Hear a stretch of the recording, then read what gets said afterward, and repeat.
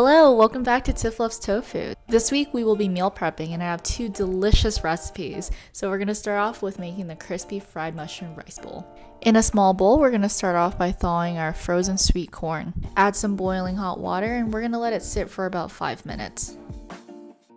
Onto our other veggie, we're going to be boiling broccoli, and you're just going to go ahead and cut it into little florets and then just boil it for 5 minutes. Onto our dredging station, so we're going to add some gochugaru to the flour and to the panko breadcrumbs. Then we're going to add some garlic salt to the flour and to the panko breadcrumbs, and finally the black pepper. This is going to give the mushrooms a lot of flavor. And if you're trying to avoid spicy foods, you can definitely cut back on the gochugaru. In the bowl with flour, we're going to add some water. Add enough water until it turns into a pancake style batter consistency. So this is still too thick and I would actually add more water, but after that we should be ready. Start with dipping one piece of the oyster mushrooms into the batter, and then we're going to dip it into the panko breadcrumbs. You might notice that the breadcrumbs might form some soggy lumps because of the batter. So alternatively, you can also just sprinkle the panko breadcrumbs over the mushrooms instead of dipping it in. Repeat this process until all mushrooms have been coated. With the mushrooms coated, let's get to frying. So in a large saucepan or in a brazier like this one here, we're going to add some oil and heat it up for about 5 minutes. And you can also test if the oil is ready by dipping some chopsticks in oil, and it should form little bubbles around the chopstick. Now that the oil is ready, add the mushrooms. Try not to overcrowd the pan, so you might have to fry the mushrooms in multiple batches. So this is the part that will take the most time, but it is so worth it when you're done. So after 5 minutes, you're gonna flip it to the other side so that's crispy all around.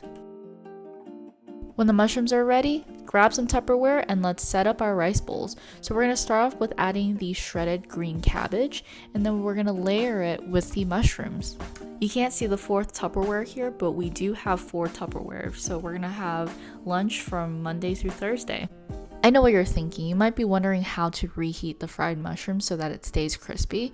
Surprisingly, microwaving it does keep it crispy, and you can also bake it as well if you want to make sure that's extra crispy, or use an air fryer if you happen to have that. After adding the rice, we're going to add the corn and the broccoli. And whenever you're ready to eat this, I would serve this with some sriracha or some sweet chili sauce. I'll leave a link to my sweet chili sauce recipe down below. And finally, we're going to top it off with some thinly sliced radish. It's going to go so well with this rice bowl.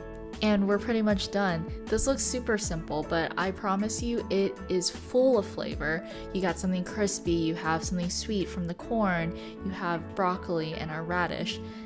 Everything just goes so well together, and I hope you give it a try. For our next recipe, let's make zucchini somen noodles with some salad. Start off with slicing the zucchini. This is gonna be super easy. We're gonna cut it and then we're gonna add it to a bowl, and now we're gonna season it before we bake it. So add some garlic salt, my favorite seasoning, black pepper, and then some extra virgin olive oil. We're gonna mix this very well and then lay this flat on a baking tray and let the oven take care of the zucchini while we make the noodles and the salad. After 15 minutes, we're going to flip it to the other side, and then we're going to cook it for another 15 minutes, and then it should be done.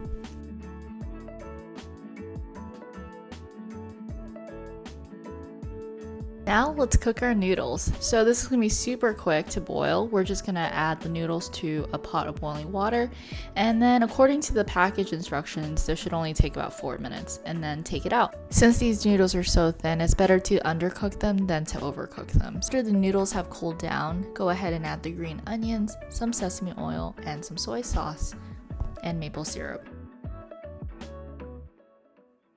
And finally, let's top it off with sesame seeds and some black pepper. If you find that it's not salty or not sweet enough, go ahead and adjust the seasonings according to your liking. Set it to the side and let's make the salad.